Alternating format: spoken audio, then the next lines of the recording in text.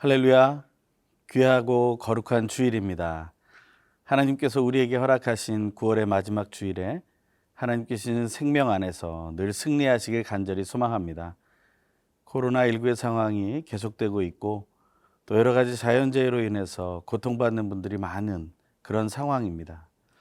하지만 우리가 하나님께 예배하는 기쁨을 놓치지 않기를 바랍니다. 만나서 예배하건 또한 영상으로 예배하건 우리 모두 하나님 안에서 하나님께 집중하는 또 하나님을 간절히 사랑하는 그런 예배를 드리기를 소망합니다.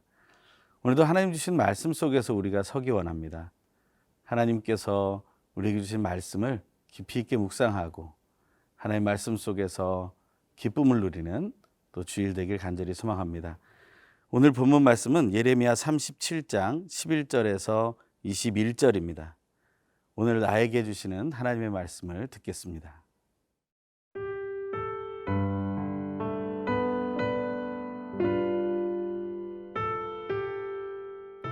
예레미야 37장 11절에서 21절 말씀입니다. 갈대아인의 군대가 바로의 군대를 두려워하여 예루살렘에서 떠나매 예레미야가 베냐민 땅에서 백성 가운데 분깃을 받으려고 예루살렘을 떠나 그리로 가려 하여 베냐민 문에 이른즉 하나냐의 손자여 셀레미야의 아들인 이리야라 이름하는 문지기의 우두머리가 선지자 예레미야를 붙잡아 이르되 내가 갈대아인에게 항복하려 하는도다. 예레미야가 이르되 거짓이다. 나는 갈대아인에게 항복하려 하지 아니하노라. 이리야가 듣지 아니하고 예레미야를 잡아 고관들에게로 끌어가매 고관들이 노여워하여 예레미야를 때려서 서기관 요나단의 집에 가두었으니 이는 그들이 이 집을 옥으로 삼았음이더라. 예레미야가 뚜껑 씌운 웅덩이에 들어간 지 여러 날 만에 시드기야 왕이 사람을 보내어 그를 이끌어내고 왕궁에서 그에게 비밀이 물어 이르되 여호와께로부터 받은 말씀이 있느냐? 예레미야가 대답하되 있나이다. 또 이르되 왕이 바벨론의 왕의 손에 넘겨지리이다. 예레미야가 다시 시드기야 왕에게 이르되 내가 왕에게나 왕의 신하에게나 이 백성에게 무슨 죄를 범하였기에 나를 옥에 가두었나이까?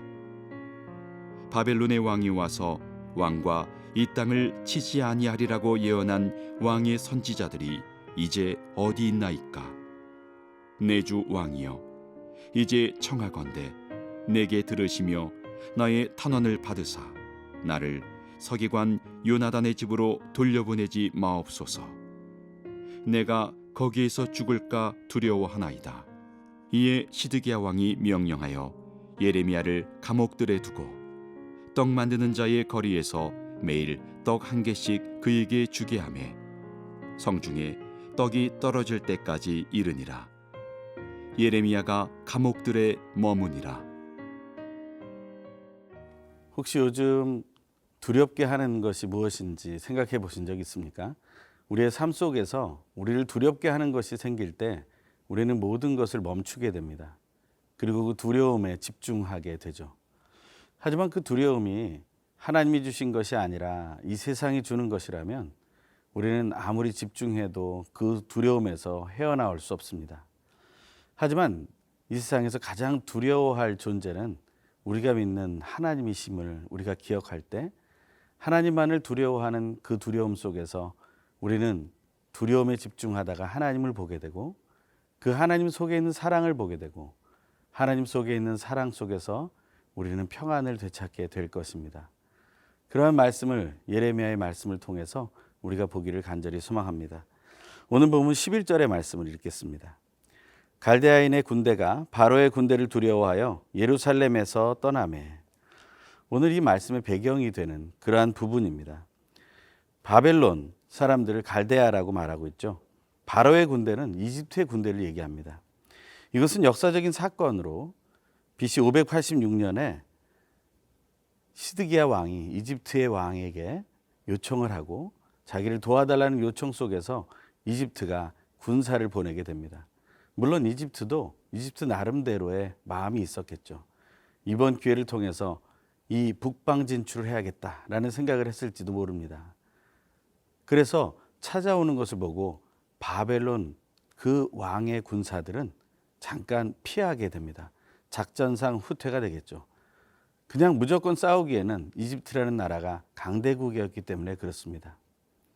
그들에게는 모두 두려움이 있습니다.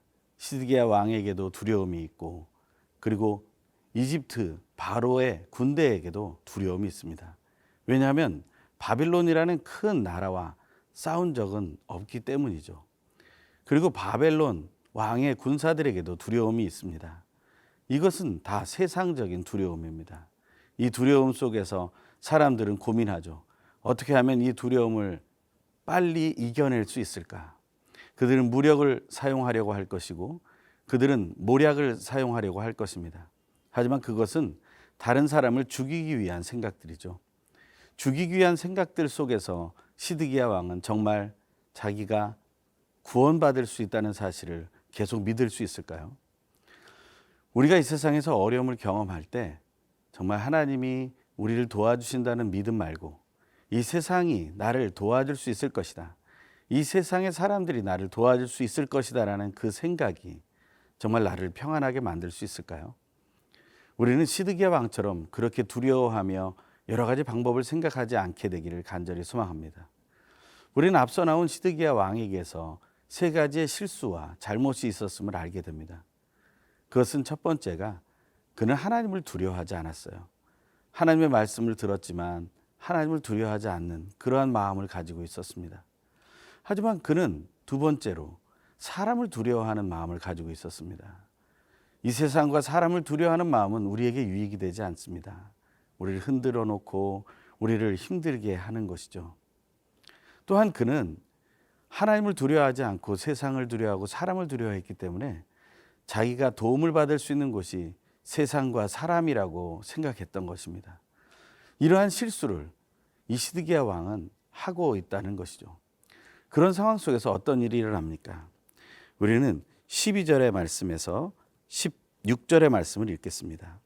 예레미야가 베냐민 땅에서 백성 가운데 분깃을 받으려고 예루살렘을 떠나 그리로 가려 하여 베냐민 문에 이른즉 하나냐의 손자여 셀레미야의 아들인 이리야라 하는 이름하는 문지기의 우두머리가 선지자 예레미야를 붙잡아 이르되 내가 갈대아인에게 항복하려 하는도다.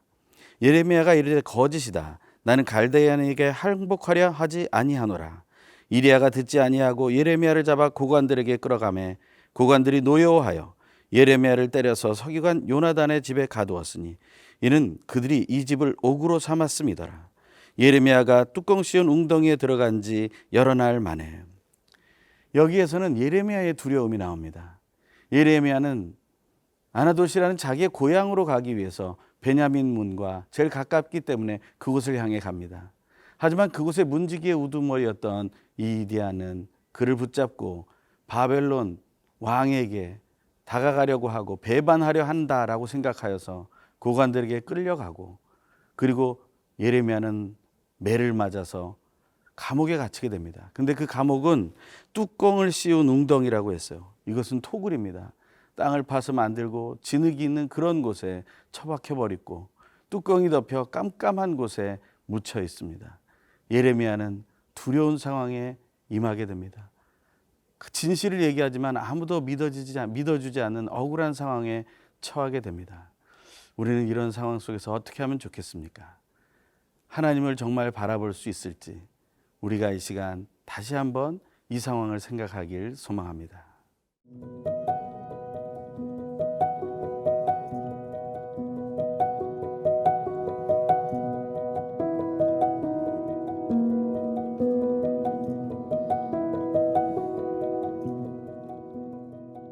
앞서 살펴본 사람들의 두려움은 서로 다른 것들이었습니다. 그 모든 것은 죽음을 두려워하는 그런 두려움이었습니다. 이 인생 속에서 죽음을 맞이하고 또한 그것을 앞에 두고 있다고 생각할 때 오는 두려움을 우리는 어떻게 이겨낼 수 있을까요?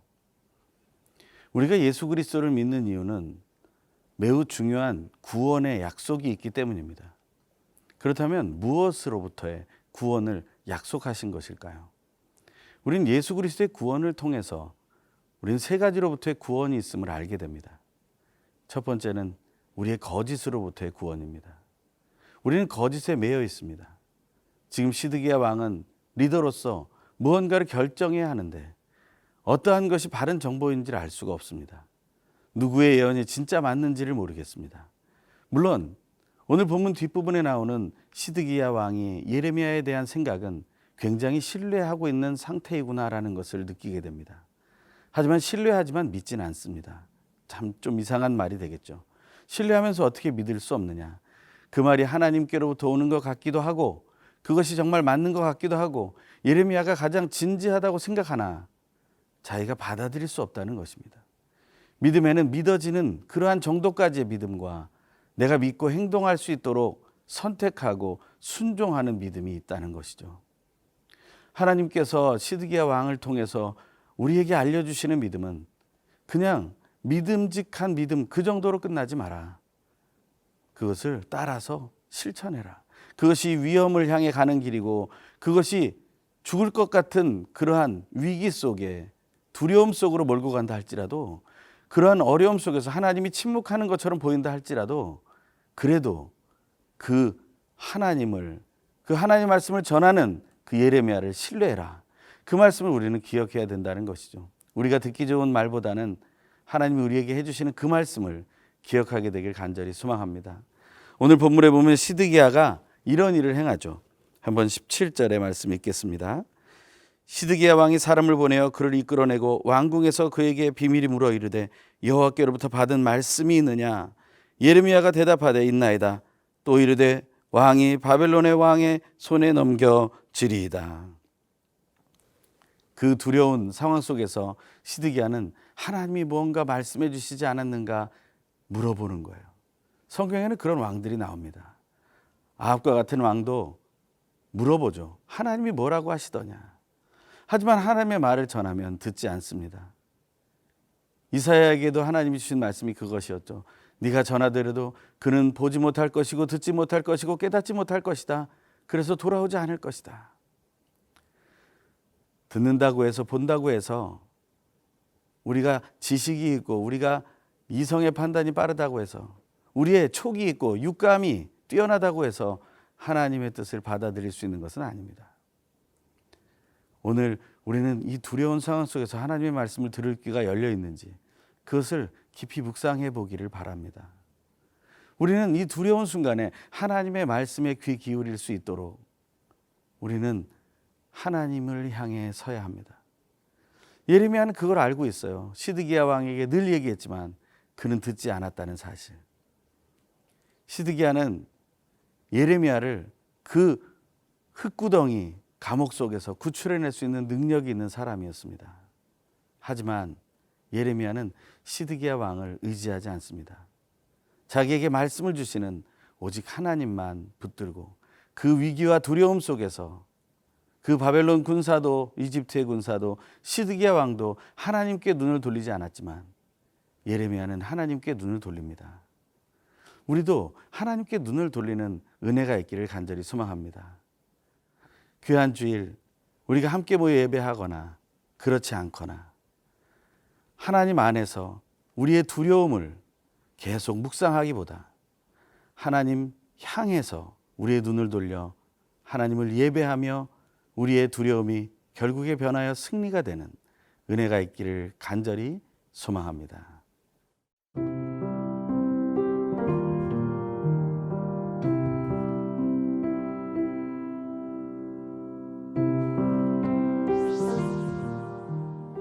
우리의 모든 상황을 아시는 하나님, 거룩한 주일을 맞아 삼위일체 하나님께 예배하게 하심에 감사드립니다. 코로나19와 자연재해로 인한 두려움 속에서도 예배의 기쁨을 알게 하시고 누리게 하시니 감사드립니다. 진실을 말하다가 억울함을 당해도 두려운 상황에 의지할 것이 하나도 없을지라도 삼위일체 하나님만 의지하여 있는 자리에서 담대하게 예배하게 하여 주십시오. 고난 앞에서도 사명을 포기하지 않았던 예레미야처럼 믿음의 걸음을 당당히 선택하는 사람들에게 하늘과 땅의 복으로 충만케 하시는 하나님을 찬양하며 예수님의 이름으로 기도드립니다. 아멘.